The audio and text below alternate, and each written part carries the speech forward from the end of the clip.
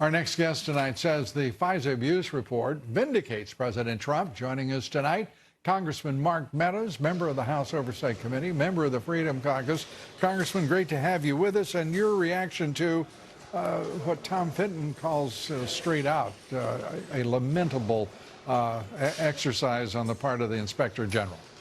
Well, I think Tom's right in the conclusions that the IG drew. I don't agree with on a number of fronts, but the facts that he has in that report, I was actually part of a 2-hour briefing.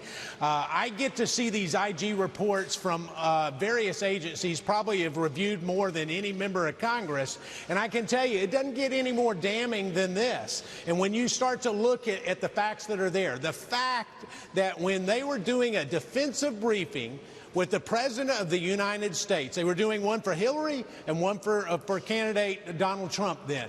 They were actually surveilling on the President of the United States at that time, at that critical time. We've got more than a dozen times where they actually secretly recorded conversations with Trump campaign officials, some of which were not even subject of the investigation. So it is very damning. I think the next 24 hours will tell as we go through this, but I've had a little bit more time to digest it, and I can tell you that Director Wray would not be making 40 different steps to correct what they were doing if everything was like the Rose Garden and it was perfect.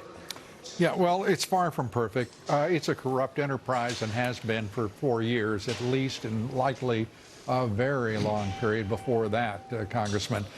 This is not a report that suggests to me that Inspector Horowitz thinks there must be accountability, that people need to be prosecuted. In fact, John Durham, the U.S. Attorney, who is the, if you will, the special counsel investigating the origin of all of this, he makes it clear he disagrees with the Inspector General's findings on predicate and on the steps that are needed to be taken.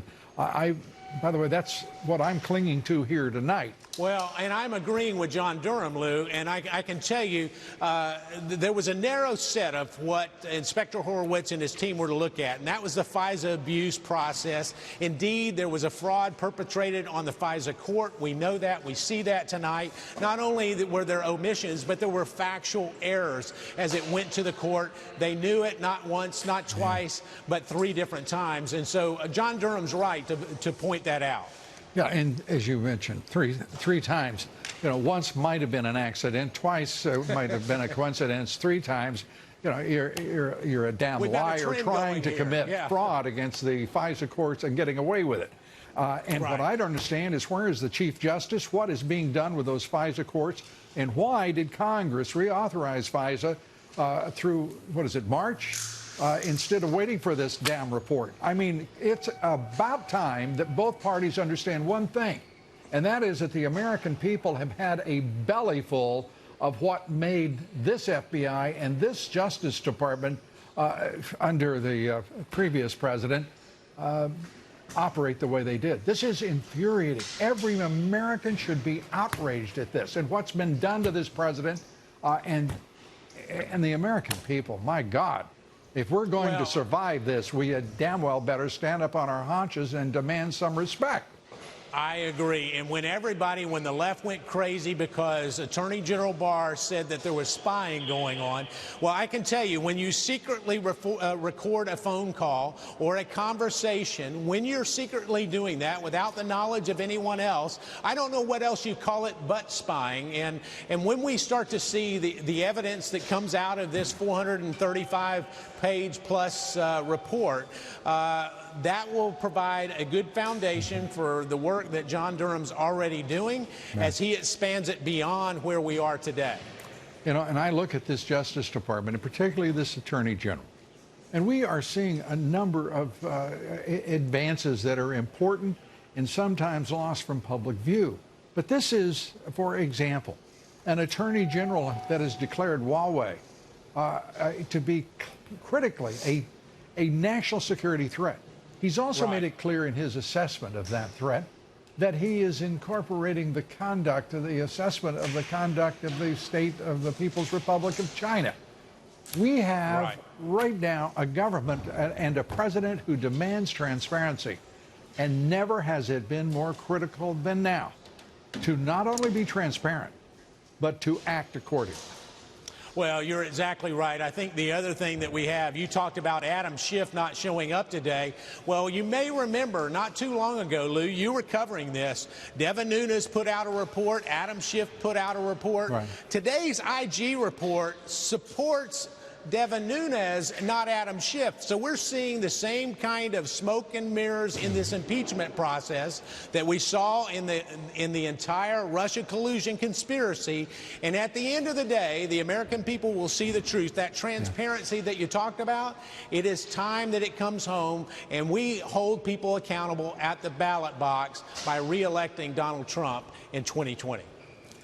And Congressman, there's no clearer collusion construction than that between the radical Dems leading this impeachment assault in an effort to overthrow the president and the Russians. This is a collusion that can only be between the Democrats and the Russians because everything they're doing is in Russia's interest. To absolutely attack a president who is historic in every manner, every metric, and at the same time destabilize our government, which is succeeding on every front, whether it is rebuilding our military, whether it is assuring that our policies will follow national interest around the globe, whether it is an economy that continues to grow and markets continuing to rise. That's the collusion that seems the only logical explanation for what's happening right now. Well, my Democrat colleagues have done the American people a disservice. What they've done is they've given Russia a lot more credit than they deserve. Did they interfere? Without a doubt.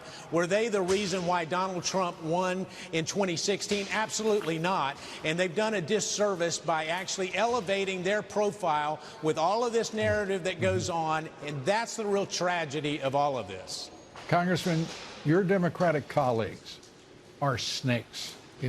To have done what they have done and to stand before cameras and microphones every day and lie through their teeth, which is exactly what they have done on Capitol Hill in that body that you've served as a representative of the great state of North Carolina.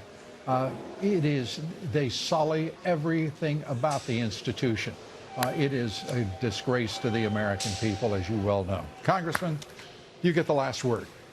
Well, I can just tell you, this is nothing more than a partisan event that we've seen today and over the previous weeks. They want to say it's not political, but you don't have focus groups to figure out what you're going to charge a president with unless it has a political foundation. And so it's time that we call it for what it is, and that is all about their 2020 their 2020 election and hoping to get a Democrat in the White House. It won't work. It's not working here in Capitol Hill, and more importantly, it's not working with your viewers and the American people.